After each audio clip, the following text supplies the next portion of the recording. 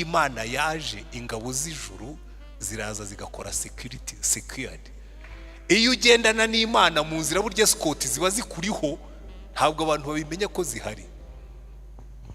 Ariko iyo Imana ije ntabwo iza yonyine, uretse ko n'ubundi irihagije. Ariko burya ubw'Imana ngo Mana rero tugiye kuryama utubere maso, irakuvuga ati sawa, ubwo wampaye runo rugo ngo ndurinde, I will be awake, ndarara ndi maso. Burya niba zanakwiba Imana iri maso, burya niba yabiretse ngo bigende bisimbure, burakikaguha ibirenzeho. Niko Imana yacu imeze, ntuzahangayike. Buriya rero ikintu cyose ujye wizera Imana, ugicaneho umuriro tu, kuko intwaro zacu si nk'iz'abantu, ariko ngo ku Mana zigira imbaraga zo gukubita hasi ibihome byose. Hari ibintu biba byarigize kabutindi, nababwira ibintu nagiye nsengera nkabimaraho imyaka nkabona byikubise hasi, ariko rimwe na rimwe umuntu yanga kubivuga kugira ngo batazanga, ariko hari abantu baba barimo gukabya inkuru, barimo kugira gute. Ariko burya ikintu wazengurukije amasengesho ujye wizera ko kizikubita hasi. Hari umunsi Imana izagikurura igishyire hasi, kuko intwaro zacu si iz'abantu. Yosuwa yazengurutse umudugudu ukomeye ufite inkike zikomeye, arazizenguruka, n'abasirikare be barazenguruka inshuro imwe nta cyabaye, bazenguruka umunsi wa kabiri ntihagira ikiba, bazenguruka umunsi wa gatatu ntihagira ikiba, bazenguruka umunsi wa kane ntihagira ikiba, bazenguruka umunsi wa gatanu ntihagira ikiba, bazenguruka wa gatandatu ntihagira ikiba, umunsi wa karindwi bazenguruka karindwi nta kiba, ku nshuro ya karindwi inkike zirahirima. Ntuzacike intege urimo gusenga. Haleluya. Kuko intwaro zacu si iz'abantu, ariko ku Mana ngo zigira imbaraga zo gukubita hasi ibihome byose. Umuntu azarware umusengere, nubona adapfuye burya hari Imana ibirimo gukora. Kuko Imana yo igira igihe cyayo yagennye, kandi kirya gihe umara urimo kuzenguruka Yeriko hari amasomo uba urimo kwiga. Yewe hari isomo nize rikomeye cyane, iyo nsengeye ikintu kigatinda hari ibintu Imana ibirimo gukora, kandi iyo imaze kubikora ibikorera rimwe bikazana n'ibisubizo bindi byinshi. Haleluya.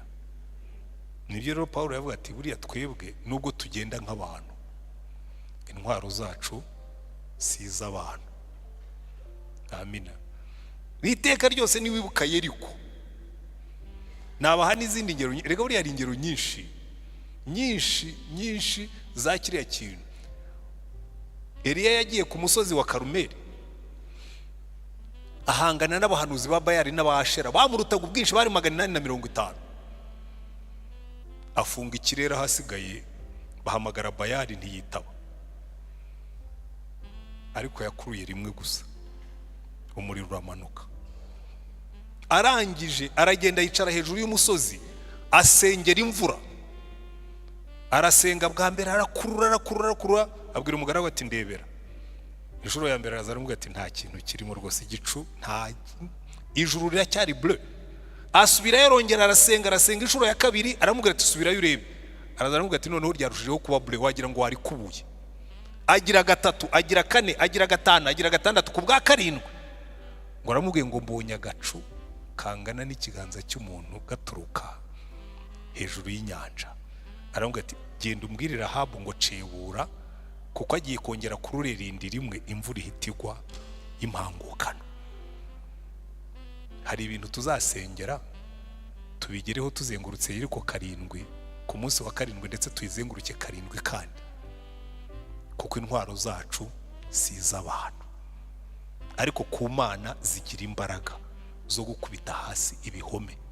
Sinzi ibihome bikuri imbere, sinzi ibyananiranye ufite mu buzima bwawe, sinzi ibyananiranye ufite mu rugo rwawe, sinzi ibyananiranye ufite mu kazi kawe, sinzi ibyananiranye mu bana bawe, cyangwa hari ikintu kimwe nzi, intwaro zacu si iz'abantu, ariko ku Mana zigira imbaraga zo gukubita hasi ibihome. Haleluya. Ariko ibihome bya mbere bigomba kubanza kuriduka, biri muri twebwe imbere. Iki cyumweru turimo turiga inyigisho ivuga ngo kuki tugomba kuvuga ubutumwa. Ndagira ngo nongere nanjye nsubire inyuma mbishimangire. ubundi intego y'uyu mwaka dufite iravuga ngo ni focus on the harvest, guhagurukira kujya gusarura. Hanyuma ni amagambo twakuye hariya mu butumwa bwiza bwa Yohana, aho Yesu yabwiraga abigishwa be ngo nimwubura amaso murebe ngo imirima ireze byo gusarurwa. Buriya tuzagenda tubigarukaho uko iminsi igenda ihita. Nubona ibyaha birimo kwiyongera, ujye umenya ko ubwo ari cyo gihe cyo kuvuga ubutumwa. Nubona ingo zirimo gusenyuka, nubona abantu bihebye barimo kwiyahura, burya biba bikubwira ngo aba bantu bashakishije ibindi bisubizo biranga. Iki ni igihe cyo kubabwira ngo hari igisubizo kandi gifitwe na Yesu. Ariko ikibazo kirimo abantu benshi iyo babonye ahubwo bigeze aho ngaho, n'abagombaga kuvuga ubutumwa bariheba. Aho ati ibintu byakomeye, ibintu byanze, abantu barimo bariyahura. Hari inama twigeze kujyamo, umuntu aravuga ko rwose mutabara abanyarwanda barimo barasenga cyane. Mutabara abanyarwanda bagomba kuba bihebye, barimo barasenga cyane. Ariko burya abantu batangiye gusenga cyane biba bikwira ngo imirima ireze byo gusarurwa. Ahubwo icyo bakeneye ni umuntu ubabwira Yesu, bakamenya yuko ibisubizo by'ibyo dushaka byose bifitwe nawe mu biganza bye. Haleluya. Kuki tugomba kuvuga ubutumwa? Murabizi umunsi wa mbere twarebye umuntu mu bwami bw'Imana, kuko burya impamvu tuvuga ubutumwa nuko dushaka kugarura abantu mu bwami bw'Imana. Abantu batangiriye muri Edeni, ariko Imana ifite gahunda yo ko tuzarangiza muri Yerusalemu nshya. Burya ikintu abantu batazi ni Adamu adakora icyaha, nubundi twari kurangiriza muri Yerusalemu nshya. Edeni yari kugenda, mujya mubona, mushobora no kubyumva, ibihugu byose bigenda biva mu cyaro bijya mu mujyi. Buriya rero natwe uko byari kugenda, iyo Adamu adakora icyaha, yari kugenda akura mu myumvire, mu mikorere, kugeza igihe Edeni yari guhinduka Yerusalemu nshya. Ariko akoze icyaha, umugambi w'Imana we ntiwavuyeho. Ahubwo Imana iravuga ngo nzabagarura muri wa mugambi. Ni nabyo tuzareba ejo twiga inyigisho yitwa umugambi w'Imana, Mission Day. Kuko iteka ryose Imana ihorana umugambi. Nawe wicaye aha ngaha, ahubwo nicyo kibazo dufite. Abantu benshi ntabwo bazi yuko buri uvuka ari ibyo Imana yakuvuzeho. Ntabwo uri accident, ntabwo uri impanuka, ntabwo uri ikigwira ngo uvuge ngo nagize gutya manuka mu kirere nikubita hasi ndi ikimanuka ushwe. Buriya buri muntu wese Imana ijya kumurema yaramwitondeye. Niko Dawidi avuga muri Zaburi 139 ngo ndagushima yuko wandemye mu buryo butangaje.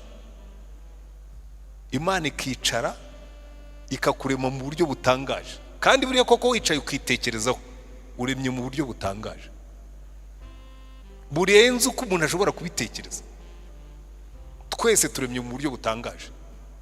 Noneho umuntu akakubwira ngo ariko ngo ugiye ngo mbona ngo nta n'icyo nzi, ngo nta n'icyo nshoboye, ngo nta sinzi n'iki Imana yandemeye, ngo ubundi ngo buri Imana yashyiriraga icyano ku isi. Ntukibaze icyo kibazo. Aho kwibaza icyo kibazo ujye ukibaza Imana, ubwira Imana ngo Mana ujya kunshyira hano ku isi wagira ngo nzamara iki? Haleluya. Kuko buri muntu wese wicayemo hano hari icyo Imana yamuvuzeho, kuko yakuremye mu buryo butangaje. Ariko umugambi w'Imana ku buzima bwawe, hari abantu bazasaza batawugendeyemo kubera impamvu zitandukanye. Buriya sinzi wenda hari igihe tuzabyiga. Hari abantu bakunze kuvuga ngo bafite za karande, karande nziza, karande mbi, ariko akenshi iyo bavuze karande bumva ikintu kibi. Ahubwo buri ikintu abantu batazi nuko karande zose ntabwo ari mbi, hari na karande nziza. Burya nuko wavutse usa harimo karande, kuko usa na so cyangwa usa na nyoko cyangwa usa na sogokuru cyangwa na nyoko, niyo nayo ni karande. Ariko hariho ibintu bituma tutagera ku mugambi w'Imana kubera uburyo wenda ababyeyi bacu batekerezaga. Niba uvutse ugasanga umubyeyi wawe afite imitekerereze mibi, bizakugiraho ingaruka, bitume umugambi Imana yari ifite ku buzima bwawe udasohoza. ariko ntibikuraho yuko uramutse warabisobanukiwe hakiri kare. Nk'ubu ngubu reka mbabwire ikintu, iyo mba nari nzi yuko umuhamagaro wanjye ari kuzaba pastori, hari ibintu nize ntari kwirirwa ntaho umwanya, nkiga ibindi bizagira umumaro mu muhamagaro wanjye wa gipastori. Niba byashobokaga ngo buri mubyeyi ajya asengera umwana we akivuka, Imana imubwire ngo uyu mwana namuremeye kuba pastori, icyakora jyewe byari bisobanutse nuko ubwo Imana yashatse kuncisha ubundi murongo, kuko mama ajya bimbwira akambwira ati ariko wowe nkikubyara rwose nabwiye Imana ngo Mana uyu mwana numumpa azaba umushumba w'ubwoko bwawe. Jyewe nasengewe kuba pastori mu cyumweru cya mbere cy'ubuzima bwanjye. Ngira ngo bigeze bumva mama atanga ubuhamya, hari inshuro zimaze kuba ebyiri atanga ubuhamya n'abaye pastori. Yahagaze mu bantu aravuga ati mumpe nanjye mvuge, ati ndagushimye Mana, ati nari nakubwiye ngo uyu mwana azaba umushumba w'ubwoko bwawe, none ibyo nagusezeranije birasohoje. Ariyicarira. Ejo bundi hari igitabo nari nasohoye, ndetse ko uwo munsi umupira wacyambuye Rayimurayiti, abantu bose nyine bari muri mundiyari isoza, abantu benshi bari barambwira ati tuzaza biguye ku munsi wo mundiyari, bataha biba byasubira. Ariko nabwo yaraje byaranantunguye, sinari nzi ko ari buze. Hanyuma mbona mama arahari. Mama ni umukecuru w'imyaka 87, arakuze. Noneho arahaguruka ati rwose, ati narakubwiye ngo uzaba umukumbi w'ubwoko bw'Imana, uburagire urushaka yazajya kuri YouTube, byo biriho yazabiriho. Ariko icyo mubabwira, hari igihe umuhamagaro wawe ariko kubera yuko nta wigeze awushimangira, iyo mbimenya nkavuga ngo Imana ishaka ko mba pastori, hari ibyo nagiyemo ntari kujyamo, hari igihe nataye ntari guta, hari n'ibyo nize ntari kwiga. Ndibuka twiga hari kuri igiswahili twari dufite, narayigize ngeze hagati ndabara ubundi igiswahili nzagikoresha iki, ko mvuga icyongereza n'igifaransa n'ikinyarwanda neza, ubundi iki giswahili nicyo kugira gute, nigira muri buskoroje mba narihuriye nk'iga igiswahili. Ubu nkaba nshobora kujya za Tanzania na za Kenya aho bavuga igiswahili nkabwiriza, ntagombeye gukoresha icyongereza. Ariko nacyo nzakiga, ejo bundi ninjya muri retirement nzakora catch up. Nabisezeranije abantu bo muri Kenya, ndababwira nti ku myaka 70 nzaza Nairobi mbwiriza mu giswahili kizima. Ni mwihangane, nimushyiraho porogaramu y'igiswahili ku myaka 70 muzambona mbwiriza mu giswahili. Nabishyize mu ntego zanjye za retirement, hari n'ibindi birimo mutazi, muzambona mu yindi sura nshya, kuko hari imihamagaro yacu. Ariko reka ne kutinda kuri icyo ngicyo, tuzabireba muri Mission Day ejo. Uyu munsi turiga ijambo ryitwa intwaro z'intambara yacu, kubera ko niba tugiye kwinjira muri territory ya Satani tukajya kuvanayo abantu Satani atwaza igitugu, tugomba kuba well equipped, tugomba kuba twambaye neza. Ariko niba tugiye no kubaho muri ubu buzima, erega niyo utajya kuvuga ubutumwa, ikibazo cy'abakristo benshi dufite intambara ikomeye, ariko bitwara nk'abari ku kibuga cy'umupira. Buriya ubuzima bwa gikristo ntabwo ari umukino, ntabwo ari game, nta nubwo ari na tombora, ntabwo ari loto, ntabwo ari ibintu ugira gutyo. Hari abantu mbona iyo agiye gusoma Bibiliya agira gutya ngo aho ntomboza niho nsoma. Ririya ni ikosa rikomeye cyane. Ntabwo ibintu by'Imana ari ugutomboza, ugomba kuba systematic, ugomba kugira gahunda. Ariko hari abantu bahora baje bagira bavuga ngo ngiye ngo aho ntomboje niho nsoma. Ntushobora kumenya Bibiliya usoma gutyo. Hari umuntu wahoza bimbaza kare yanirevunye, aramubwira ati umuntu ashaka gusoma Bibiliya yasoma ati? Ndamubwira nti uzafata igitabo ujye ugisoma ukirangize, nurangiza ufata ikindi ukirangize, ariko we kujabagira. Niko umuntu ashobora kugendana n'Imana akamenya ijambo ryayo. Uyu munsi rero ndagira ngo twige intwaro zacu, ndagira ngo twihuse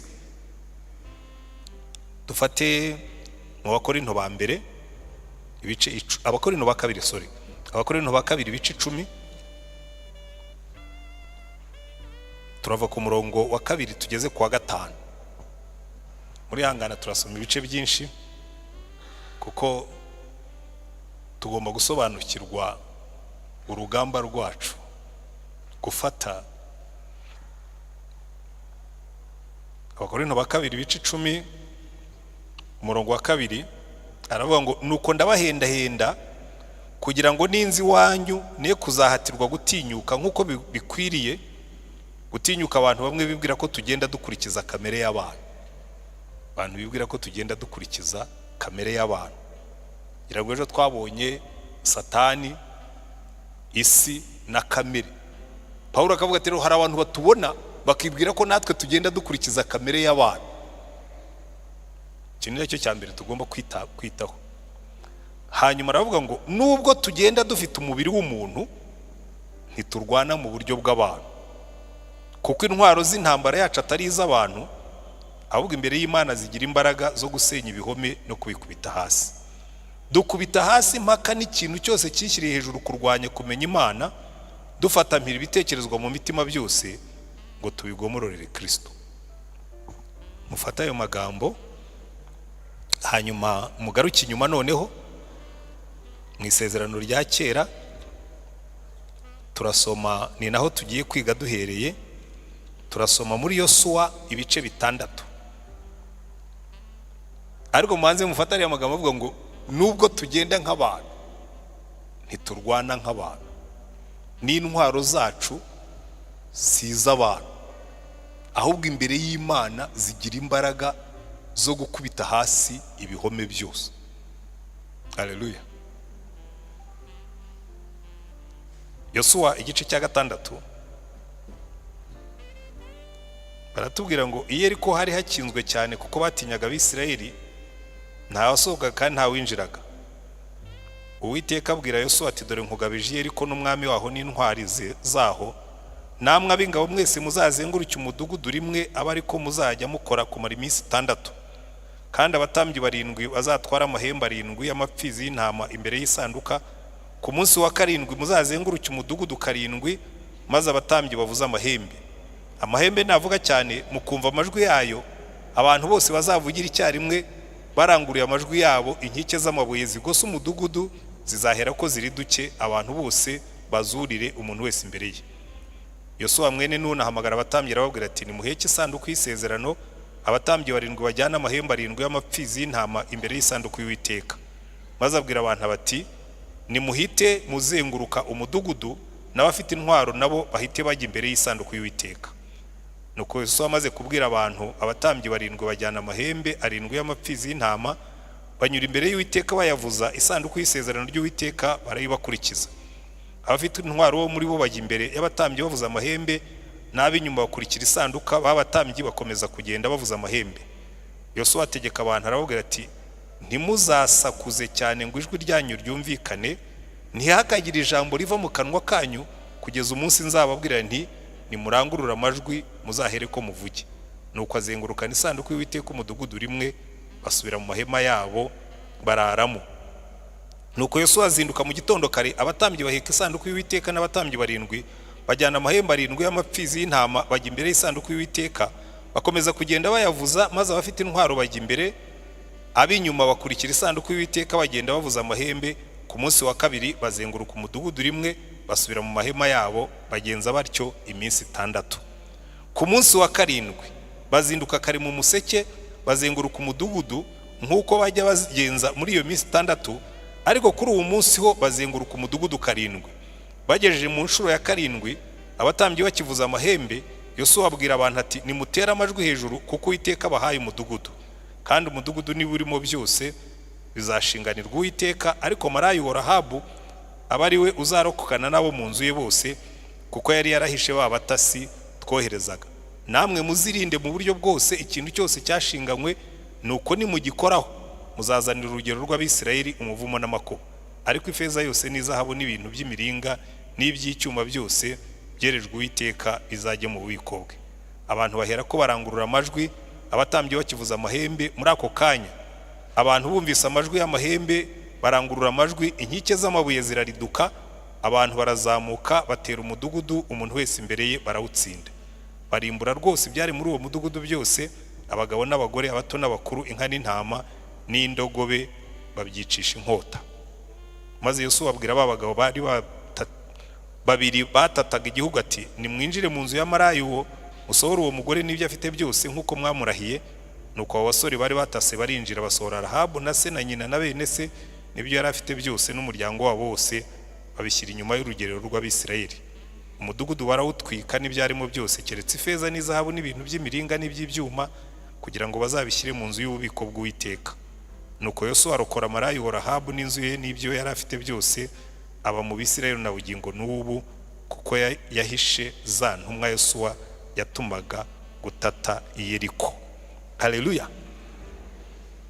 Ijambo twasomye bwa mbere ryatubwiye ngo nubwo tugenda nk'abantu, haleluya, ngo ariko twe ntiturwana nk'abantu, ngo n'intwaro zacu si iz'abantu, ngo ariko imbere y'Imana zigira imbaraga yo gukubita hasi ibihome byose.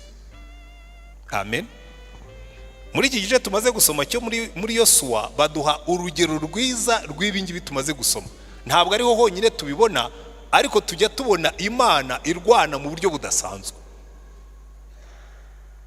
Hano mu gihe cya Yosuwa nuko buriya natangiriye hagati, inkuru itangirira mu gice cya 5. Umukozi w'Imana Yosuwa cyangwa umutware wa Isirayeli Yosuwa, kuko yari n'umujenerali,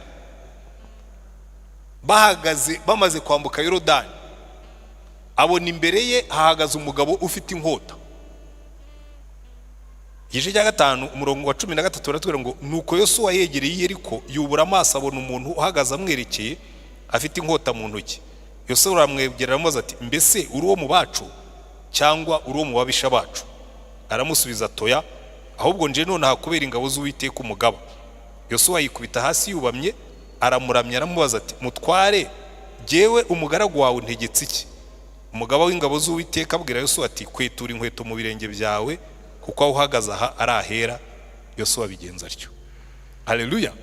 Urumva hano hariya batubwiye ngo nubwo tugenda nk'abantu ntabwo turwana nk'abantu, n'intwaro zacu si nk'iz'abantu.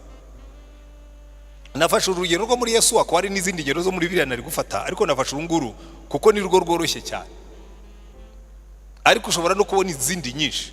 Umukozi w'Imana Mose agiye kujya muri Egiputa gukurayo ubwoko bw'Imana, Imana yaramubwiye ati genda ujye kuvana abantu banjye muri Egiputa. Aramubwira ati najyayo nte? Uzi Farawo? Imana iramubaza ngo icyo ufite mu ntoki ni iki? Ati ni inkoni. Ati yikubita hasi, ayinaga imbere y'Uwiteka ihinduka inzoka, ngo imutera ubwoba. Ariko Imana iramubwira ngo none urambura ikiganza ufata iyo nzoka. Ayifashe umurizo irongera ihinduka inkoni. Imana iramubwira tuzi uburyo jyewe ndwana, iyi irahagije. Inkoni y'umushumba yumye, Imana iramubwira ati iyi irahagije kuko intwaro zacu si iz'abantu. Inkoni ya Mose niyo yatwaye yonyine, nta nkota yari afite, nta cumu yari afite. Inkoni ya Mose yayitungaga mu kirere, ijuru izuba rikazima, yayikubita mu mukungugu ugahinduka inda, yayikubita muri Nili igahinduka amaraso, yayitunga ku nyanja itukura igacikamo kabiri. Iyi nkoni ya Mose yayikoza ku rutare rugatanga amazi, kuko intwaro zacu si iz'abantu, ariko imbere y'Imana zigira imbaraga. Haleluya. Hari igihe twebwe twicara tukavuga ngo ariko ngo ibi bintu byari ibya kera, ngo ubu twebwe ngo Imana yahinduye gahunda. Ntabwo Imana yigeze ihindura gahunda, ahubwo ni twebwe twagiye muri logique, twagiye muri logique y'imitekerereze y'abantu. Ibitangaza burya, impamvu ibitangaza bitagikoreka cyane nuko tutabyemera. Abantu bagiye muri logique bakakubwira ati ntabwo ari ngombwa gusengera abarwayi kuko abaganga barahari. Unanabitekereje Imana inabikoze bikaba. Abantu ba mbere babijyaho impaka ni twebwe b'abanyamadini. Bajya bavuga turiya muntu agikuzimu asengera abarwayi bagakira. Uzarebe muri kino gihe abakozi b'Imana bafite imbaraga bose, abantu babashakira impamvu zerekana ko bagomba gukorana n'imyuka y'abadayimoni. Icyo ntabwo gishobora gutuma imbaraga z'Imana zikora. Na Yesu yigeze kujya iwabo ngo avayo nta gitangaza akoze, ngo kuko abantu batamwizeye. Dusigaye twaranyuzwe naho twageze, imbaraga z'Imana ntizikora. Ariko ba Yosuwa ndagira ngo twige ibintu bigera nko kuri 5 twiga kuri iyi nkuru ya Yosuwa. Ikintu cya mbere, urugamba rwa Yosuwa Imana yarabanje rukura mu maboko ye. Ageze imbere y'Iyeriko afata inkota yazi ko nyine arimo arareba Yeriko, areba ukuntu aho bazanyura barwana, aho bazashyira ibiti buririraho, aho bazapanga iby'amabuye n'ibiki byose. Agiye kubona abona umuntu umuhagaze imbere, aramubwira ati kandi ngo yari afite inkota nk'umujenerali wiyubaha. Yosuwa akuramo iyo nkota, araza ati ndashaka kukubaza, uri uwo mu bacu cyangwa uje kuturwanya? Marayika agomba kuba n'inkota yatarayikuye mu rwubati. Aramureba ati ariko akagabo wigerezaho, urambaza niba ndi uwo mu banyu cyangwa nje kubarwanya? Ati oya. Urumva ntiyamushubije ngo ndi uwo mu banyu cyangwa ngo mubwire ati ndi uwo uje kubarwanya. Aramubwiye ngo oya, ibyo byo mbuvuze nta na kimwe ndicyo, ahubwo genje kubera umugaba ingabo z'Uwiteka. Haleluya. Bivuga ngo Yosuwa agiye kurwana, ariko hari izindi ngabo ziri buze osokuru we. Yosuwa araza kurwana, araza kuyobora ingabo za Isirayeli, ariko marayika w'Uwiteka yoboye ingabo zitegeka ikirere. Haleluya. Nibyo twabonaga ejo, Satani yatwaye 1/3 cy'ingabo zo mu ijuru, ariko Uwiteka asigarana 2/3. Uko byagenda kose umubare wacu ni wo munini. Aravuga ati ngewe nje kuba umugabo w'ingabo z'Uwiteka. Yosuwa aravuga ati Yosuwa nanone yumva nabi, yibwira ngo aramubwiye ngo nje kuba umugabo. Aravuga ati none se ko ari gihe wari generali ngewe nkoze iki? Aravuga ati ukora iki? Banza ukuremo izo nkweto zawe. Ngo Yosuwa akuramo inkweto, ngo yubarara imbere ye, amuha amabwiriza y'uburyo urugamba ruzagenda. Aravuga ati icyambere, ntimuzagombera kurira ziriya nkiki, ziriya zabateye ubwoba ngo bafite imidugudu minini, ntabwo muzagombera kuzurira. Mufate isanduku y'Uwiteka ibajya imbere, mushake abatambyi bazi kuvuza amahembe 7 bagende bavuza amahembe. Bavuza amahembe umunsi wa mbere, muzenguruke urebe ikintu yabategetse mucecetse, mwambara ubupfukamunwa, muzenguruke mutavuga.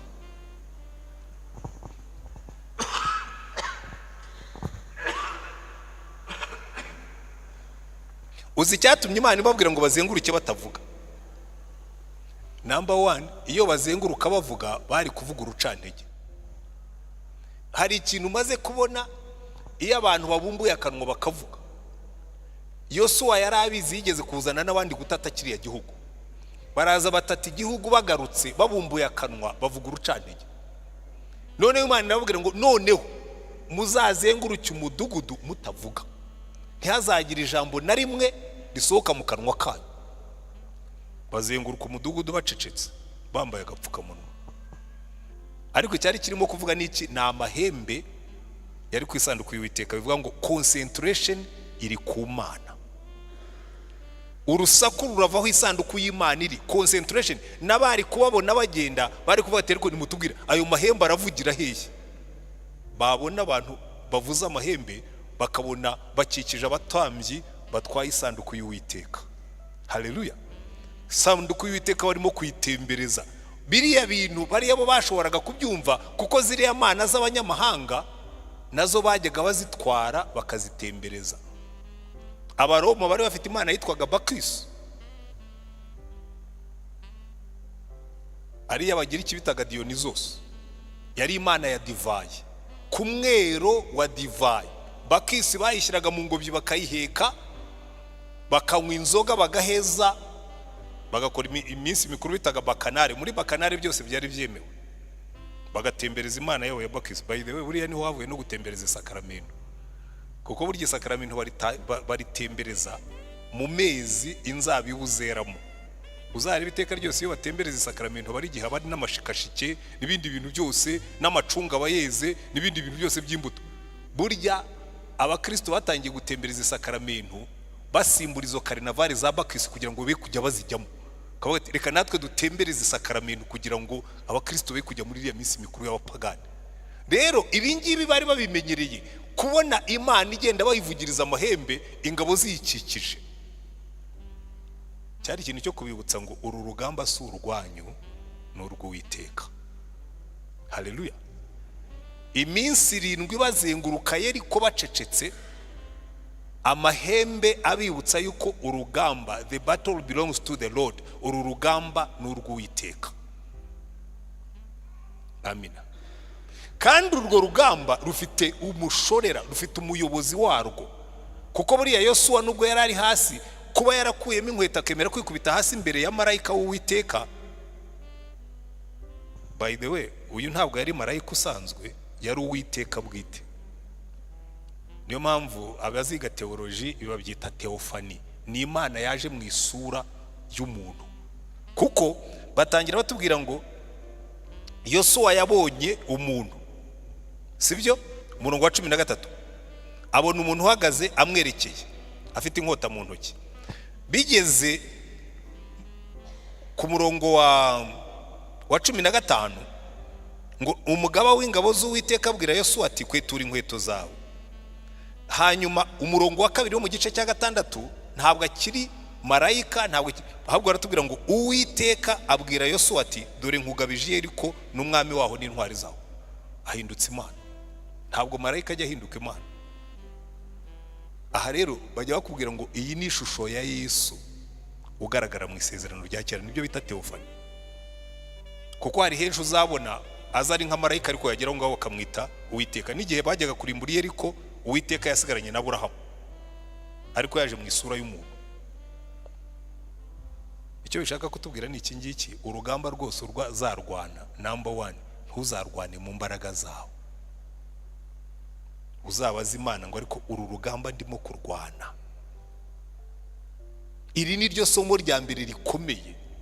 Isezerano ryonyine Imana iha abantu bayiteka ryose irababwira ngo nzaba ndi kumwe nawe, ngo nuca mu mazi ntazakurengera, nuca mu migezi ntizagutembana, nuca mu muriro ntuzashya. Igisubizo kuko nzaba ndi kumwe nawe. Ntabwo Imana ivuga ngo kuko nzakurengera, kuko irakubwira ngo birahagije yuko mba ndi kumwe nawe. Urugamba rwacu rutangira kuneshwa iyo tugendana n'Imana. Urugamba rw'ibyaha rutangira kuneshwa iyo ugendana na Yesu. Marabyigisha abantu ariko byabananiye kubyumva. Mu bintu bimbabaza nuko nzasaza abantu batarabyumva. Uzi kubwira abantu formule simple, bakavuga ariko pastor ibintu bye biba biri compliqué. Ahubwo rwose ni iki kiri compliqué kukubwira ko Yesu ari muzima? Hari ikintu kigoye mora? Ntabwo mubyemera ko Yesu ari muzima? None se mwemera ko Yesu ari Imana? None se mwemera ko Imana yanyu ifite amaso ireba? None se niba Imana ireba kandi ikabigukunda, ikaba ari umubyeyi wawe, kuki utemera ko izakurwanirira intambara? Kuki utemera yuko izakurinda ibyaha? Njye mbwira abantu ikintu kindinda ibyaha cya mbere nta maso y'Imana, nta courage nshyiramo, nta nubwo nigora. Njyewe iyo mbyutse mu gitondo nibutse umutima wanjye ko Imana indeba. Simple. Ibyo wazana imbere yanjye byose sinshobora kujya mu byaha kuko Imana indeba. Njye mbwira abantu hari ibintu ntakora, batari kujya uca bugufi, ntukirate, uriyemera cyane. Ntabwo njyewe niyemera, nemera Imana. Umwami wanjye ndamuzi, nta n'intambara, hari intambara ntajya ndwana.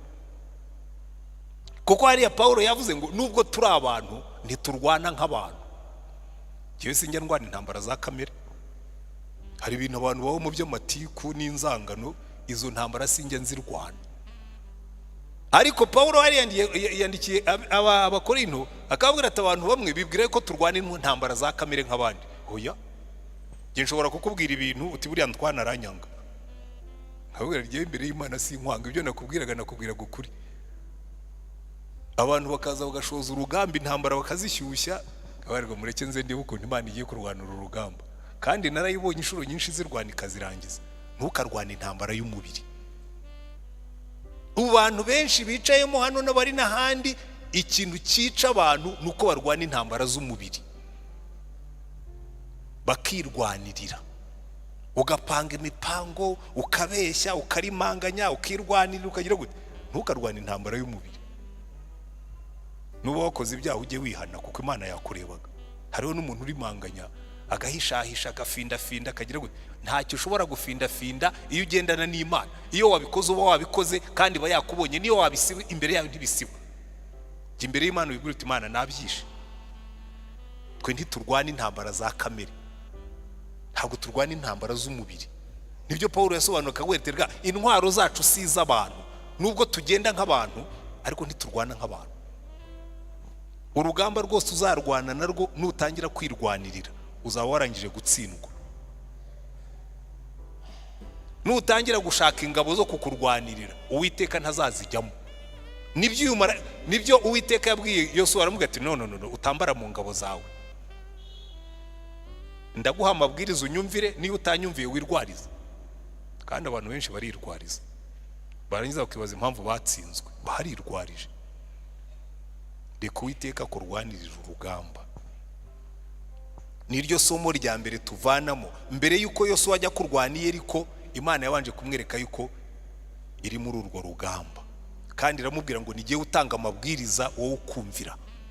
Abantu benshi bakora ibintu batabajije Imana, abantu benshi bajya mu bintu batabajije Imana, abantu benshi bafata ibyemezo batabajije Imana. Ubuzima bwabo barabwigengera, bwamara gusenyuka ngo Mana kuki wantereranye. Wigeze uyibaza? Aho mbaza umudamu umwe muri counseling, ambwira ngo rwo pastor ngo kuki Imana rwose ngo kuntu nayisengaga ngo hanyuma ngo irandeka ngo shaka umugabo ngo nabwo ngiye kubaza ikibazo. Tubwirane ukuri, wigeze uyibaza ngo uyu muhungu ngiye gushaka niba atari we ubu bukubwice? Cyakora yambereye imfura, arambwira ati sengesho nk'iryo sinari kurisenga. Ndamubwira naho byapfiriye. Uzi yuko buri hari ibintu byinshi tujyamo urimo kubyumva ukumva ijwi rikubwira ngo wijya muri ibi bintu ukabijyamo. Wamara kubigwamo uti Mana kuki utambwiye? Ryajwi risa ryakubwiraga ubwiraga ngo ni iryande.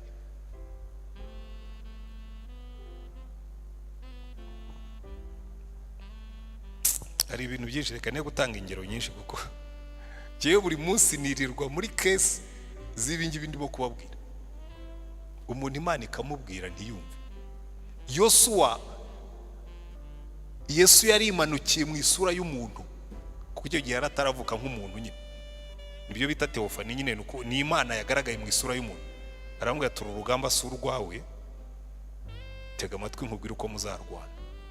Number 1, intwaro muzarwanisha si iz'abantu. Nta strategy zawe zirimo. Wowe uzagende muzenguruka umurwa inshuro imwe musubire mu ngando mucecetse. Hazumvikana iki? Amahembe ahimbaza Uwiteka gusa.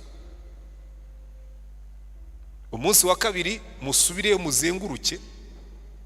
Jewe nibwira ko abantu b'i Yeriko babarebaga gateze, ba bantu baduteraga ubwoba burya ni nibibuka.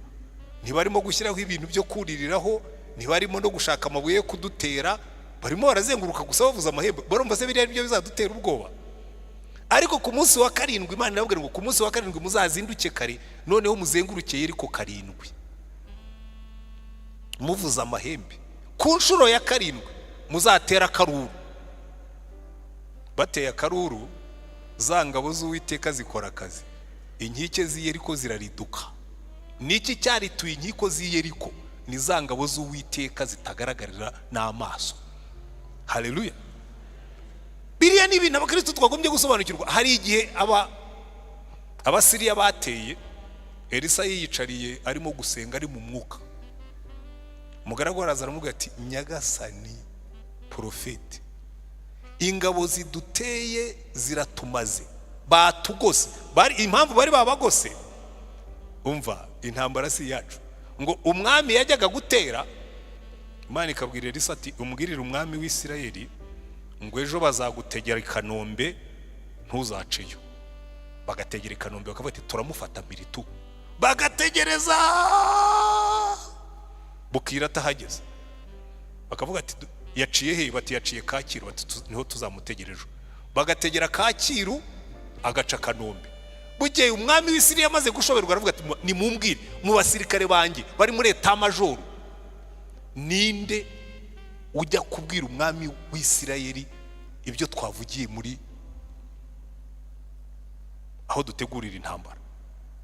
umwe aramubwira ati nyagasani ntabwo bizi bariya abantu bafite imana imena amabanga. Haleluya. Iyo dukoze conseil de guerre, inama y'urugamba, umuhanuzi witwa Elisa, turangiza gukora inama, imigambi yacu agahita yibwira umwami kandi ataje hano, intwaro zacu siza abantu. Aravuga toke, ubu kugira ngo tuzatsinde ruriya rugamba rero nuko dufata uyu muhanuzi ntazongere gutanga amakuru. Atuma abasirikare b'inkorokoro baragenda baragota. Umugaragu wa Elisa abonye izo ngabo araza aramuga ati nyagasani batugose, imbere n'inyuma twaguye mu mutego nk'imbeba, batugose. Aramureba aravuga ati nta nubwo yamushubije, yirebeye hejuru aravuga ati mva mana, humura amaso y'uno mwana abone yuko ingabo ziri mu ruhande rwacu ziruta ziriya zaje kudutera. Haleluya. Ngo ahumuye amaso abona aho batuye hagoswe n'amagare y'umuriro. Haleluya. Icyo nicyo kintu cyiza cyo kugendana n'Uwiteka. Ariko mwazanye Imana mu rugo iwanyu, amagare y'umuriro, kuko burya Imana ije izana na escort. Haleluya. Iyi Imana ituye iwawe guaranteed. Ariko mwari mwabona Perezida wa Repubulika iyo yabiye gusura ahantu, burya niho ahantu haba hari secure. Uzi neza ko nka Perezida azaza i Kanombe cyangwa gusura nk'umurenge runaka ejo, ushatse wajya kwirarirayo ukarara unakinguye inzu yawe, kuko nta mujuru uzahatambagira, hari secured. Iyi Imana yaje, ingabo z'ijuru ziraza zigakora security secured. Iyo ugendana n'Imana mu nzira burya escort ziba zikuriho, ntabwo abantu babimenya ko zihari. Ariko iyi Imana ije ntabwo iza yonyine, uretse ko n'ubundi irihagije. Ariko burya bw'Imana ngo Mana rero tugiye kuryama utubere maso, birakuvuga ati sawa, ubwo wampaye runo rugo ngo ndurinde, I will be awake, ndarara ndi maso. Burya niba zanakwiba Imana iri maso, burya niba yabiretse ngo bigende bisimbure, burakika guha ibirenzeho. Niko Imana yacu imeze, ntuzahangayike. Baraza bakakwiba televiziyo ikakuzanira inini kurutaho. Umwesikoro yigeze kunyiba amafaranga, kunyeskoroka amafaranga, namubwira ntiburize icyo wakoze, ntiyo ushaka ko urutoki rubyibuha urarwicira, ntiburiya warwiciye, Imana igiye kumumugisha, kandi nyuma yaho ko Imana yarabikoze. Kuko dufite Imana, Imana nireka umuntu akaza akakweskoroka,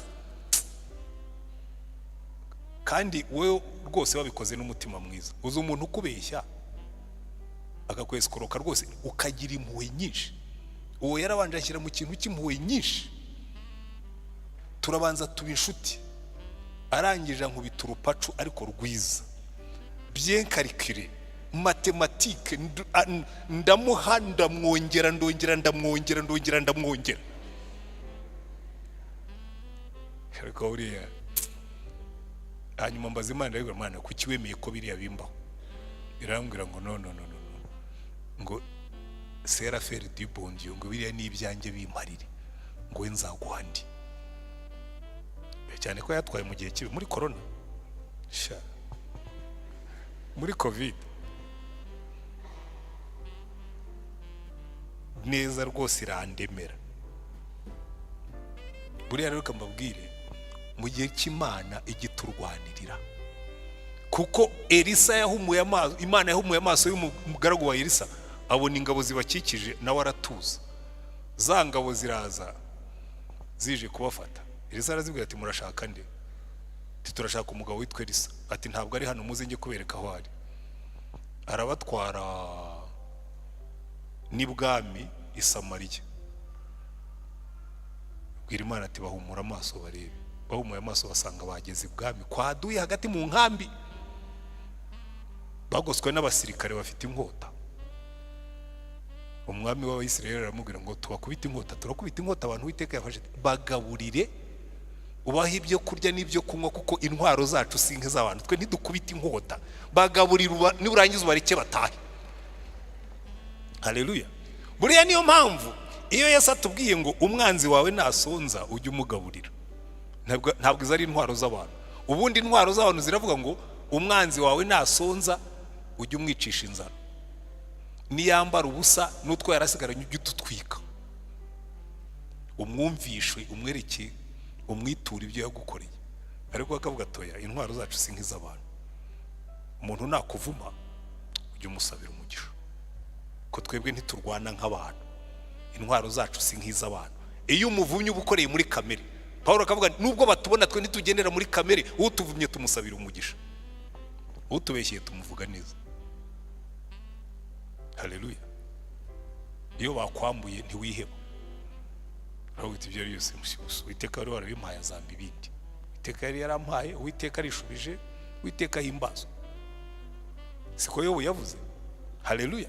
Kuko intwaro zacu si nk'iz'abantu, ngo ahubwo imbere y'Imana zigira imbaraga zo gukubita hasi ibihome. Reka njye ku kintu gikurikiyeho. Imana yabwiye Yesuwa ngo uyu mudugudu kuki yasabye ko bawuzenguruka 7? Hari ibintu bizikubita hasi ari uko bitinzeho.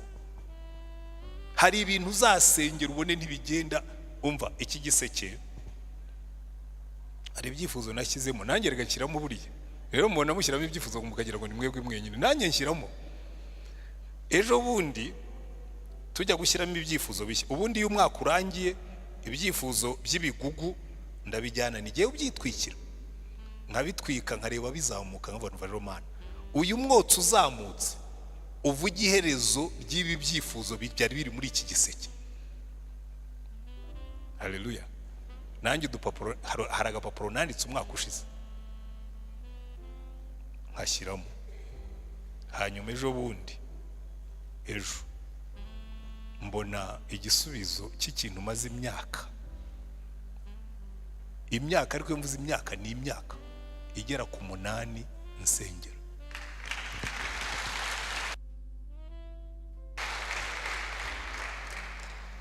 Jewe rero burya gutanga ubuhamya sinya nkunda kubikora, ariko iyo ntangiye gutanga ubuhamya hari igihe nubwo nzana amarira mu maso, kavuga Mana iki kintu uragikoze. Imyaka 8 nsengera ikintu. Hanyuma ejo nyuma yo gutwika ibyifuzo by'umwaka ushize, cya kintu cyashubijwe. Buriya rero hari ibintu bizagusaba kuzenguruka Yeriko 7, ndetse igihe wenda gusubizwa bikagusaba kuyizenguruka 7 inshuro, kayizenguruka inshuro 7 mu munsi umwe, intensive, ukongera umurego. Hari igihe hariya kuri za ministeri habaga ikintu cy'ikinyoni. Murakibuka ikinyoni cyabaga gifite umutwe w'umugore. Irya ni imana yo muri Egiputa yitwa Ba, yari imana y'urupfu. Noneho buriya iriya nyoni nayangaga urwango, Abanyegiputa kuki bagiye kuduha bakaduha imana y'urupfu.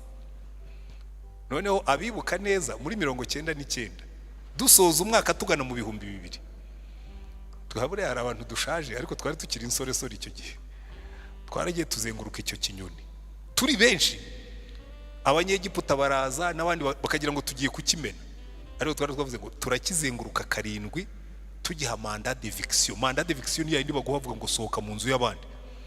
Tugiye guha mandat d'eviction iki kigirwamana.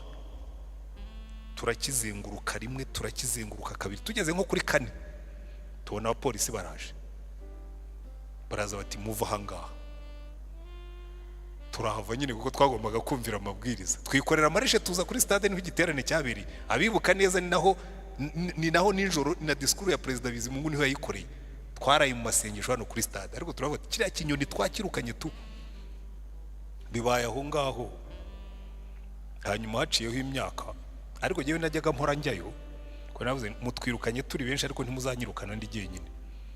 Agenda nkafata imodoka nkazenguruka hariya muri rompo, nkinyuza hirya no hino, nkazenguruka 7. Abona wakinyoni we warupfwe, narakwirukanye kandi nzanezerwa umunsi nzabona wagiye.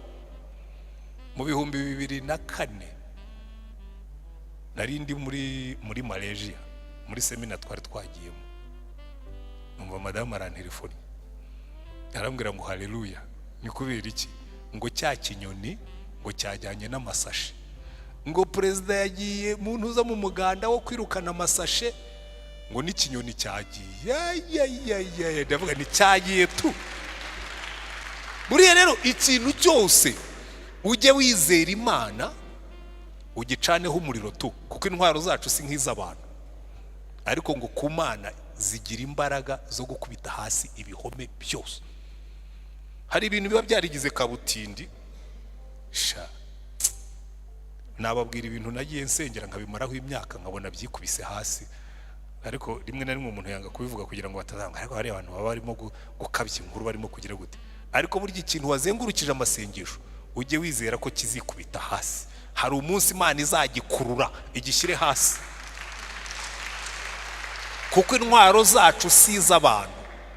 Yosuwa yazengurutse umudugudu ukomeye ufite inkike zikomeye, arazizenguruka n'abasirikare be barazenguruka inshuro imwe nta cyabaye, bazenguruka umunsi wa kabiri ntihagira ikiba, bazenguruka umunsi wa gatatu ntihagira ikiba, bazenguruka umunsi wa kane ntihagira ikiba, bazenguruka umunsi wa gatanu ntihagira ikiba, bazenguruka wa gatandatu ntihagira ikiba, umunsi wa karindwi bazenguruka karindwi nta kiba, ku nshuro ya karindwi inkike zirahirima. Ntuzacike intege urimo gusenga. Haleluya. Kuko intwaro zacu si iz'abantu, ariko ku Mana ngo zigira imbaraga zo gukubita hasi ibihome byose. Umuntu azarware umusengere, nubona adapfuye burya hari Imana ibirimo gukora. Kuko Imana yo igira igihe cyayo yagennye, kandi kirya gihe umara urimo kuzenguruka Yeriko hari amasomo uba urimo kwiga. Yewe hari isomo nize rikomeye cyane, iyo nsengeye ikintu kigatinda hari ibintu Imana ibirimo gukora, kandi iyo imaze kubikora ibikorera rimwe bikazana n'ibisubizo bindi byinshi. Haleluya. Nibyo rero Pawulo yavuga ati buriya twebwe nubwo tugenda nk'abantu, intwaro zacu si iz'abantu. Amina. Iteka ryose niwibuka Yeriko, nabaha n'izindi ngero. Rega buriya hari ingero nyinshi za kiriya kintu. Eliya yagiye ku musozi wa Karumeli ahangana n'abahanuzi ba Bayali n'abashera bamurutaga ubwinshi, bari 850. Afunga ikirere hasigaye, bahamagara Bayali ntiyitaba, ariko yakuruye rimwe gusa, umuriro uramanuka. Arangije aragenda yicara hejuru y'umusozi asengera imvura. Arasenga bwa mbere arakurura, abwira umugaragu ati ndebera. Inshuro ya mbere azaramubwira ati nta kintu kirimo rwose, igicu nta, ijuru riracyari bleu. Asubira yarongera arasenga inshuro ya kabiri, aramubwira ati subirayo urebe. Arazaramubwira ati noneho ryarushijeho kuba bleu, wagira ngo wari kubuye. Agira gatatu, agira kane, agira gatanu, agira gatandatu, ku bwa karindwi ngo aramubwiye ngo mbonye agacu kangana n'ikiganza cy'umuntu gaturuka hejuru y'inyanja. Aramubwira ati genda umbwirire Rahabu ngo cebura, kuko agiye kongera kururerindi rimwe imvura ihitigwa impangukano. Hari ibintu tuzasengera tubigereho tuzengurutse Yeriko karindwi ku munsi wa karindwi, ndetse tuyizenguruke karindwi kandi, kuko intwaro zacu si iz'abantu, ariko ku Mana zigira imbaraga zo gukubita hasi ibihome. Sinzi ibihome bikuri imbere, sinzi ibyananiranye ufite mu buzima bwawe, sinzi ibyananiranye ufite mu rugo rwawe, sinzi ibyananiranye ufite mu kazi kawe, sinzi ibyananiranye mu bana bawe, cyangwa hari ikintu kimwe nzi, intwaro zacu si iz'abantu, ariko ku Mana zigira imbaraga zo gukubita hasi ibihome. Haleluya. Ariko ibihome bya mbere bigomba kubanza kuriduka biri muri twebwe imbere. Ibihome bya mbere Satani yabyubatse muri twebwe. Ibihome bya mbere biba muri twebwe, kuko igihome cya mbere Satani yubaka ni nicyo cyo kutizera, ukirwanirira, ukarwana muri, wari kuza abantu barwana muri kamere. Ye baba we, abantu bagendera muri kamere. Twebwe rero uko tugenda dusaza, reka mbwira bari muri twebwe bagenda bakurana, ko nanjye sigaye rego ubu ngubu utani bahamagara intwari z'itorero babandi bahejuru ya 65 bamwe bakorera iminsi mikuru, nanjye nzajya mba ndimo. Ushobora kubyemera, najyaga nkorera abandi umunsi mukuru, none ubu ngubu nanjye umwaka utanze abandi mu nyine nibatumira abo hejuru ya 65 nzaba ndi mu ntwari z'itorero nanjye barimo kunyakira turimo kurya amadegede n'ibihaza.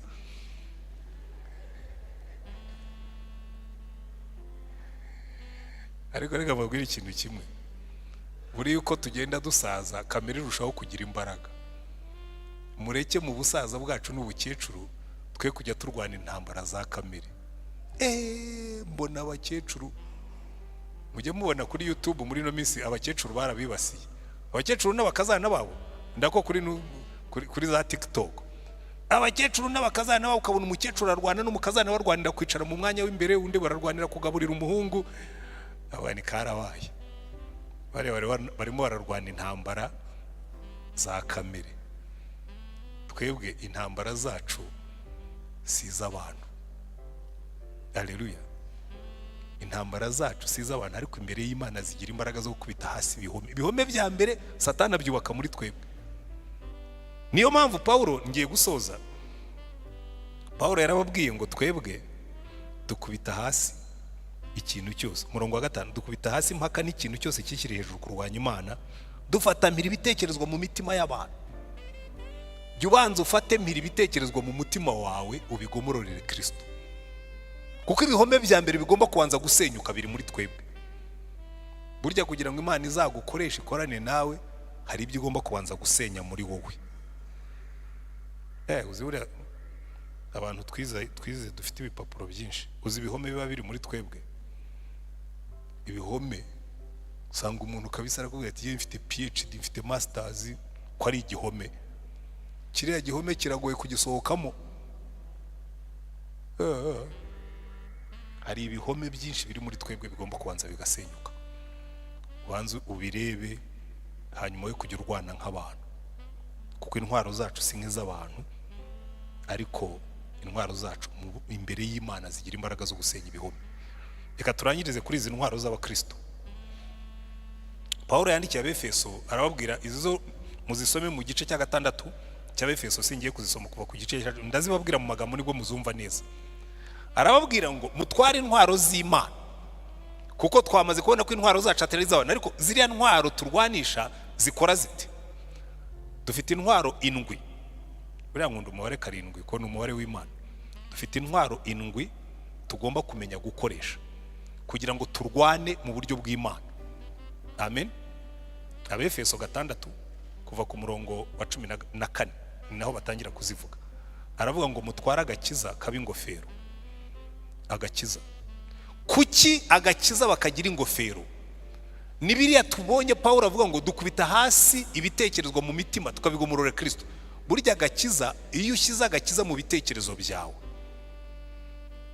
agakiza ugatekereza nk'umuntu ukijijwe, aho gutekereza nk'umuntu wize, aho gutekereza nk'umuntu wishoboye, aho ugatekereza nk'umuntu ukijijwe, agakiza kakaba ingofero. Bigora Satani kukurwanya iyo utakirwanirira. Yivuze ngo yewe ndi umugaragu w'Uwiteka, Uwiteka azandwanirira kuko ndi umwana w'Imana. Mutwara agakiza kaba ingofero, gakosora imitekerereze, mutekereze nk'abantu bakijijwe. Haleluya. Ahandi hantu Satani arwana urugamba rukomeye cyane, icyambere arabanza akatubibamo ibitekerezo bye, ariko bisanze abantu bajya kubwira ngo umuntu yankoze mu bwonko. Nkabwira ntwara agakiza nk'ingofero. Nuba wambaye ingofero, ujye ubona abantu bagiye kuri za shansiye aho bubaka bambara ingofero kugira ngo nihagira n'ikikubita ku mutwe atagira icyabo. Nta kizagukora mu bwonko wambaye agakiza, utwaye agakiza nk'ingofero, kuko ibitekerezo byose bazazana bizasanga uri protected. Babwira utari ibyo mumbwira, ngiye mfite ntwaye agakiza nk'ingofero. Ibyo Satani umbwira sinshobora kubikora kuko nambaye agakiza nk'ingofero. Haleluya. Ahandi hakabiri Satani aduterera ni umutima wicira urubanza. Umva mbabwire, nasengeye abantu benshi batari bamenya gutwara gukiranuka nk'icyuma gikingira igituza, kuko igituza ubundi abantu bazi ko umutima wa mu gituza, umutima wacu emotions. Buriya abantu benshi babana umutima ubacira urubanza, intege nkeya bazikura mu mutima ubacira urubanza. Nabaha ingero n'ingero. Hano nkunda kubaha urugero ko izo mba nzishyira kure kugira ngo abantu batibonamo. twigeze kujya kubwiriza muri Kenya. Umugabo umwe mu gihe cy'intambara y'abamawumawu muri independence ya Kenya yari akiri umusore, babatuma gusenya ferme y'umuzungu. Baragenda bagezeyo, abazungu babaga bafite imbunda. Umukobwa wakoreraga uwo muzungu arababona, ababonye baramubwira turiya mukobwa ubwo yatubonye, wowe genda umunige umekinge sure ko yapfuye kugira ngo ataza kutuvuga. Muri iriya system y'abaroberi order ni order. Aramutwara umukobwa agenda muhendesha, wambabariye ntunyice rwose, basi mpambira unzirike mujye gukora ibyo mwaje gukora. Ariko ikibazo yari afite, yagombaga gutanga ripoti ko umukobwa yapfuye kandi yamuhambye. Arengaho aramwica. Byabaye muri 52. Icyo giterane twagikoze muri za 98. Umugabo arazarambwira tumva mfite ijwi ryanze guceceka muri jewe y'umukobwa uharambwira ngo unyiciye iki. Ndasenga narakijijwe ariko nananiwe gucecekesha iryo jwi. Ndamubwira nti nuko ari we wagerageje kuricecekesha. Intwaro turwanisha si izacu, amaraso ya Yesu atwezaho ibyaha byose, kandi amaraso ya Yesu ashobora gucecekesha andi maraso yose. Murambika biganza ndamusengera. Arambwira ati sinigeze mbitekereza ntyo, kandi ndumva nduhutse koko. Undi munsi twari turimo kubwiriza muri Ghana, Accra. Umukobwa yari yarakuyemo inda. Arambwira ati jewe ni iteka ryose iyo ntekereje, ati nakuyemo inda, ati nkanguka batarakuraho amaraso ayo yari yavuye nyine bamukuramo inda n'umwana n'ibindi byose. Ati iteka ryose mbona ayo maraso nkumva ari amaraso y'umwana wanjye, atakambwira ngo ntabwo uzajya mu ijuru ku bw'aya maraso. Ndabwira nti amaraso ya Yesu avuga imbabazi, kandi nubyemera urababarirwa. Buriya rero ikintu, intwaro ikomeye ya mbere ya Satani ni ukudushinja ibyaha n'ibyo twihanye. Mporana n'abantu, mporana n'abagabo bahemukiye abagore, mporana n'abagore bahemukiye abagabo, bakubwira ati nananiwe kwibabarira. Nkabwira nyine niwe wananiwe kwibabarira, ariko iyo watuye ibyaha Imana irakubabarira, ariko ikakubwira ngo ntuzabisubiremo. Noneho ukajya ugenda wambaye gukiranuka nk'icyuma gikingira igituza, ukavuga ngo ubwo umutima wanjye utancira urubanza ndatinyuka. Niko Paulo yanditse. Imbaraga zacu ziva mu mutima uticira urubanza, ukamenya ngo narababariwe ubwo amaraso ya Yesu yantwikiriye, mfite courage, ndi protected. Hari abantu bakwira ngo menya ariyo mpamvu ngo n'ibyifuzo byanjye bidasubizwa, ngo nuko ntabwo Imana izigera yanga gusubiza ibyifuzo byawe, kuko iravuga ngo igushiriza imvura ababi n'abeza. Niyo waba warakoze ibyaha, icyaha cyose uzihana Imana irakibabarira, ariko ntuzagisubiremo. Niyo mpamvu Yesu yajyaga abwira abantu, akabwira ngo genda ariko ntuzasubireyo. Haleluya. Ibyaha wakoze kera ukabyihana, izere ko wabibabariwe. Ujye ugenda wambaye gukiranuka nk'icyuma gikingira igituza. Haleluya. Ngo wambara umukandara. Ariko kina ni ibi bibiri tuvuyeho ni very essential, kuko abantu benshi bananirwa kwibabarira, ariko ubundi bakananirwa no kubabarira abandi. Kuko kimwe mu bintu Satana, kimwe mu bihome bikomeye Satana ajya afungiramo abantu ni bitterness, umuzi wo gusharira. Ukajya uvuga ngo uriya muntu ngo yarampemukiye iteka ryose, akaba ari byo uririmba. Buryo iyo watangiye kugira umuzi wo gusharira, ugira intege nke, kuko aho kugira ngo ubone ibyiza uhora ureba ibibi. Kandi namwe mwicayemo hano mwese, ubu wazana icyuma gipima umuzi wo gusharira, watangazwa n'abantu bicayemo hano. Hari abagore bahemukiwe n'abagabo, hari abagabo bahemukiwe n'abagore, hari abana bahemukiwe n'ababyeyi, hari abana babajwe nuko ababyeyi babo batumvikana. Hari imizi yo gusharira y'uburyo bwose yuzuye hano. Ariko niba mushaka kurwana urugamba, nta nkomere ijya kuri front, nta nkomere irwana urugamba. Iyo ukomeretse ujya muri sickbe bakabanza bakakomora. Mwambare gukiranuka nk'icyuma gikingira igituza. Haleluya. Hanyuma ya gatatu agatubwira ngo mukenyere ukuri nk'umukandara, mugendere mukuri ibintu by'ibinyoma, ibintu by'amanyanga, ibintu byo kubeshya beshya. nabyo bibatera intege nke. Reka nihute. Intwaro ya kane ikomeye cyane ngo mutware kwizera nk'ingabo. Iyo Satani akurasha imyamba akakubwira ati wowe nayo umuyenzi ntuzayikamira, n'ababyeyi bawe barabikubwiye ko rwose uzapfura imbwa ntaho uzigeza, ujye ubabwira ngo ngiye mfite kwizera, Uwiteka wandemye afite ubuzima bwanjye mu biganza bye, uhagarike iyo myambi. Nuyongera karasi yindi utege. Ingabo yo kwizera yubakwa n'amasezerano Imana yatuvuzeho. Nzabana nawe, nzakugirira neza, umukiranitsi ntazigera arikwa, umwana we ntazigera asabiriza ibyo kurya. Ibintu byose iyo utangiye kugendera mu masezerano y'Imana, kwizera kwawe kurakomera. Niyo turwanisha urugamba, ugatwara kwizera nk'ingabo. Satani yarasa umwamba aturapfuye, ubuzima bwanjye buri mu biganza by'Uwiteka, ntawe ushobora kubikuramo. Ati ndakurahiye noneho barakurangije, ati ntushobora kundangiza, Uwiteka ari we mwungeri wanjye. Ntabwo iteka ryose ukagenda urwanisha kwizera nk'ingabo. Amina. Hanyuma warangiza rero, kugira ngo ibyo byose bidahagarara, ngo mukwete inkweto arizo mwete wo kuvuga ubutumwa bwiza. Kuko buryo iyo ugenda uri mu murimo w'Imana, Satani ntabwo, inyoni iguruka ntibashobora kuyirasa biboroheye, kubera ko iyo urimo kugenda ukorera Imana uba urimo gusengera imbaraga. Burya abantu bajya mu byaha n'abantu badafite icyo bakorera Imana. Iyo udakorera Imana, Satani agushakira ibiraka. Iyo wibereye mu murimo w'Imana uri very busy.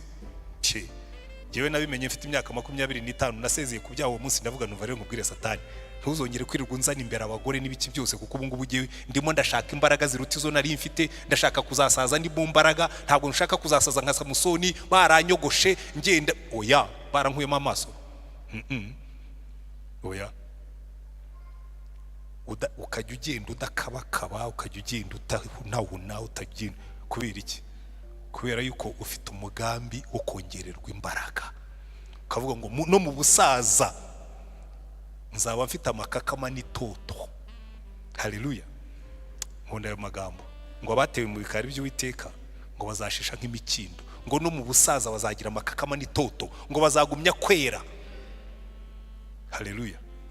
Ukavuga ngo ngewe ngambiriye ko no mu busaza nzaba nkirimo no kwera imbuto, mfite ziri, mfite umwete w'ubutumwa bwiza. None yarangiza akavuga ngo hari intwari ebyiri tugomba gutwara, nizo ndangirijeho, nizo turwanisha, offensive weapons. Ngo mutware inkota y'umwuka, ariyo jambo ry'Imana. Buriya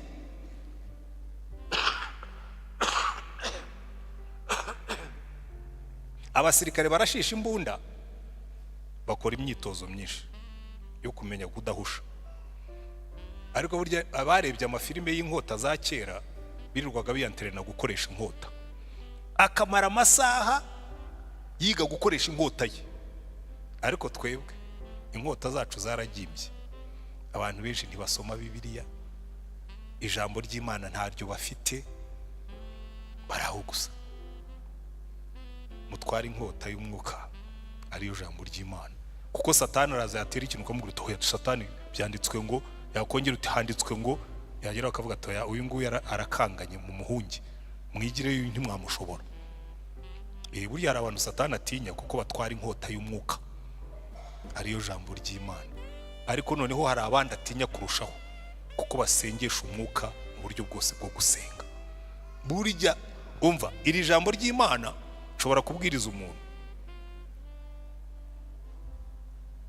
akambwira ati rekeraho sinshaka kukumva, ariko ushobora kumbwira ngo ntushaka kunyumva iyo ndapfukamye nkasenga.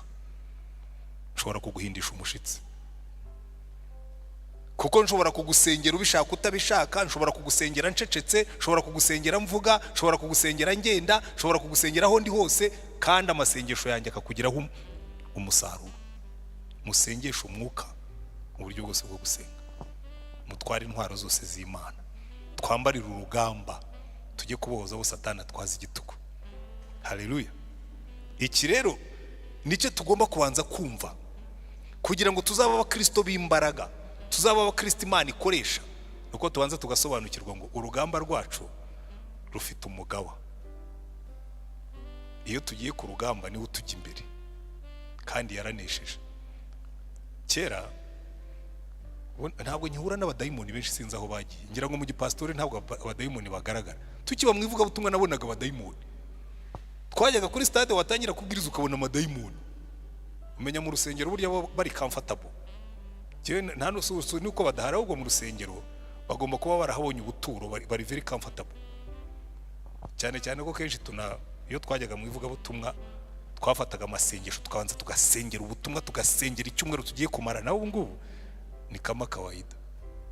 N'amadayimoni ashobora kuza akicara akiyumvira ubutumwa, akikorera imirimo. Ntimujya mubona se wicara hano ejo bibye telefone, ubwo amadayimoni twari turimo kubwiriza yicayemo hano arimo gucunga uko ari bw'iyi telefone y'umuntu. By the way, nabonye ubu mujye mucunga amatelefoni yanyu. Rero abantu b'abagore b'abadamu b'abana beza agira aricyo agafasha telefoni, wajya kuyireba ukayibura. Mujye mucunga telefone zanyu hano. Iyo twateranye mu biterane nk'ibi ngibi, nabo kwa Satani baza gushengerera bakaba comfortable. Ariko reka mbabwire ikintu kimwe, buri iyo dufite imbaraga, ikintu cya mbere gitera ubwoba Satani, nubona umuntu ufite umudayimoni uzamubwira uti vuga izina rya Yesu, ntashobora no kubumbura akanwa ngo avuge. Ikintu cya mbere kizakubwira ko harimo umudayimoni, ntashobora kuvuga izina rya Yesu. Nubona ubwiye umuntu uti vuga izina rya Yesu ukabona yanze, umenya ngo harimo umudayimoni. Ese harimo amadayimoni amwe azi ubwenge, umubwira akabidodora, ariko yarangiza agakomeza kinangira kubavuga ati Preto kuvuga izina rya Yesu reka ndivuge ko batari bunyirukane se. Ariko iyo wamaze guhamagara Yesu ukamubwira tumva rero Yesu tugiye kurwana n'uyu mudayimoni, come to our rescue, imbaraga zirakora. Kuko dufite urugamba rufite umujenerali uruyoboye. Yeri kujya kwikubita hasi, Uwiteka yariyizi yabwira Yesu amuha strategy zo gutsinda urugamba. Reka tubanze duhamagara Imana izirwanane natwe. Sinzi ibihome biri imbere yawe, sinzi za Yeriko zananiranye mu buzima bwawe, sinzi za Yeriko zananiranye mu rugo rwawe. Hari za Yeriko nyinshi zuzuye kiriya giseke. Ndenda kubabwira hari imwe yikubise hasi ejo bundi kandi yari duhangayitse. Yikubita hasi yari kwirahirima. Dushima Imana. Myaka 7 shyira mu giseke. Shyira mu giseke ariko Mana. Ntabwo ndi bitangiye ubuhamya, buri hari umunsi wabyo. Shyira giseke ukaza n'icyifuzo umwaka umwe, cyongera mu ndi mwaka wa 2, shyira mu mwaka wa 3. Harimo bamwe nanjye njya mbibona nkavuga ntabaduhuje ibibazo kuko hariho bimwe ekriture zimwe maze kuzimenya. Abana ariko umenye Yeriko iki igihari tu. Ariko buri hari umunsi muzatanga ishimwe. Muhaguruke dusenge Imana. Ariko niba wicayemo hano, kwariye tubwiriza gutya, Imana ikabirimo kukubwira ngo ariko wowe hari ibintu by'ibiyeriko biri muri wowe bigomba kuriduka. Hari ibintu bitse ugomba gupakurura bikavamo. Hari ingingimira, hari imijinya, hari amashyari, ibyo byose bigomba kubanza bikavamo. Hanyuma warangiza ukarwana urugamba kugira ngo Imana irwanirire Yosuwa yabanje gukuramo inkweto. Mukweture imbere y'Uwiteka, hanyuma Imana iturwanirire.